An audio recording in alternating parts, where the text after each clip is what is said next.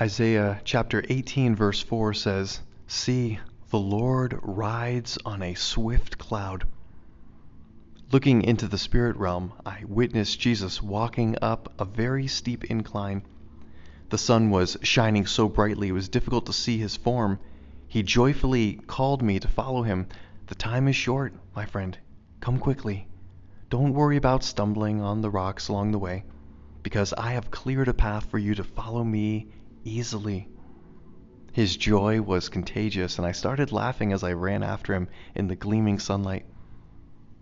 "When I bring you before a door," he began to counsel me as we walked together, "and it appears to be opening, you must go through it without hesitation. It is like the rock-strewn path you have encountered on your walks with me. When I desire you to go a certain way, I clear the path and make it possible. Come as I beckon you, through possibilities I present to you. Don't hesitate, because the time is short, and there is much to do in the days ahead.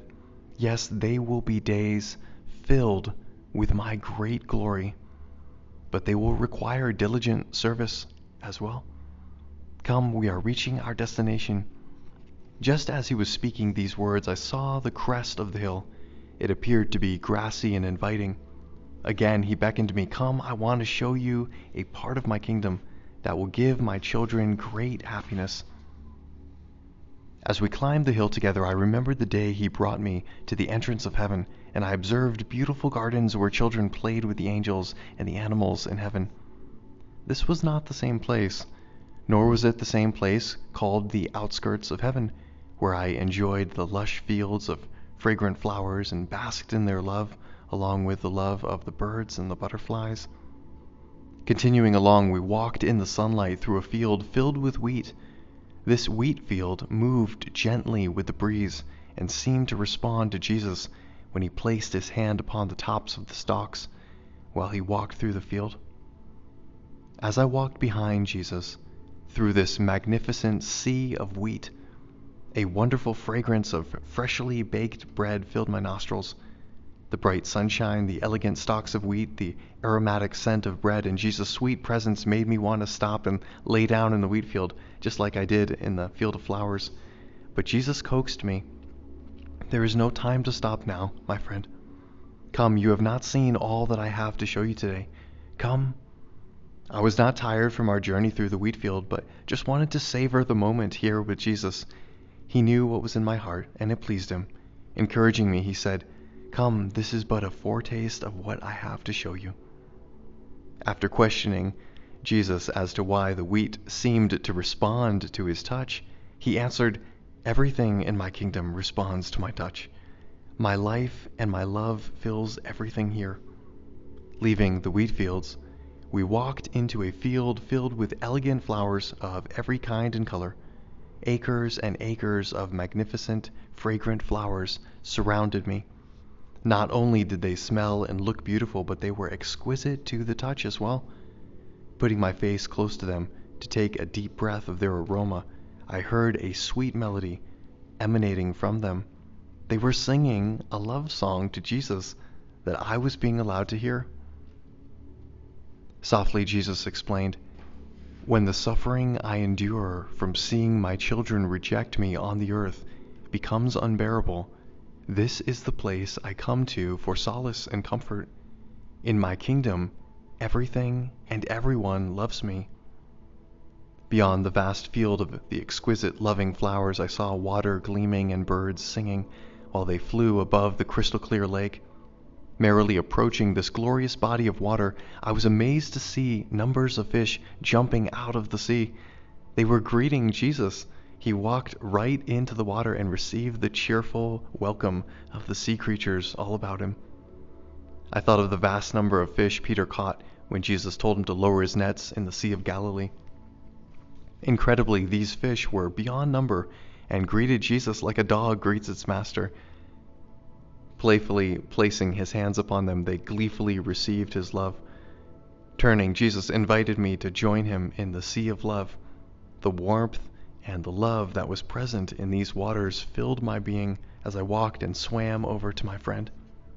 With a sparkle reflected off the crystal blue water glistening from his eyes.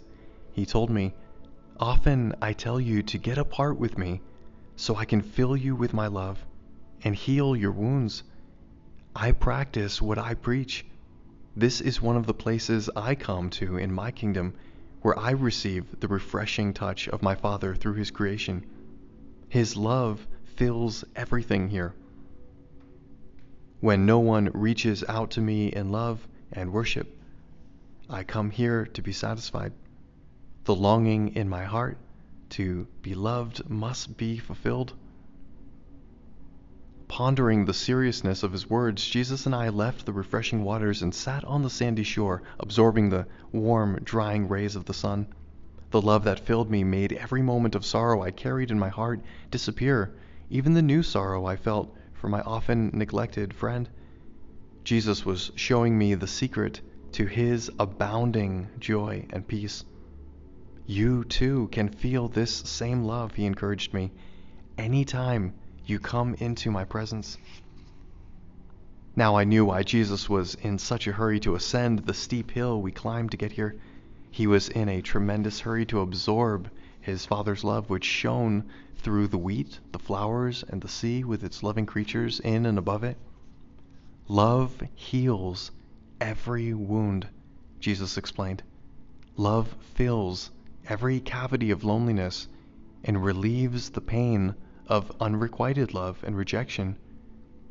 Love brings joy in the morning after an evening of sorrow.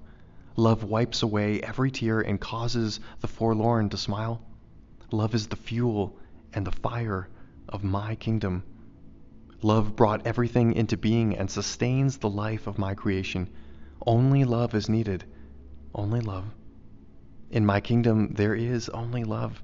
There is no wrath or violence, no jealousy or contention, only love." While I lay on the beach with my friend, a bird came over to me.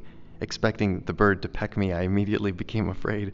Instead, the gentle little bird pressed its cheek against mine and softly rubbed its delicate feathers against my face. It was so unlike anything I ever experienced on the earth. "In my kingdom," he said, "nothing has been spoiled by sin. Only love fills my creatures. Love alone pours out from them to one another. Come to me often, so I can touch you and fill you with my Father's love. Then you can give that love to those in need of his touch." The tender bird lay down beside my face and softly rubbed my cheek. All the time it did this, I could feel love being poured into my heart. Jesus smiled a knowing smile at me and held my hand in his, while love healed my heart. Explaining further, he said, "On the earth there are many of my creatures and creations that are especially gifted with my love. Children, adults, pets, fragrant flowers, melodies, even fragrances can be used by me to pour my love into those who are willing to receive it. The principles that exist in my kingdom are reflected on the earth. Though imperfectly, they are still alive and present on the earth. Be open to receiving the outpouring of my love wherever and whenever it flows to you. Also, be ready to let my love flow from you to others." Matthew chapter 5 verses 14 through 16 says, "You are the light of the world. A city on a hill cannot be hidden. Neither do people light a lamp and put it under a bowl. Instead, they put it on its stand, and it gives light to everyone in the house. In the same way, let your light shine before others, that they may see your good deeds and praise your Father in heaven."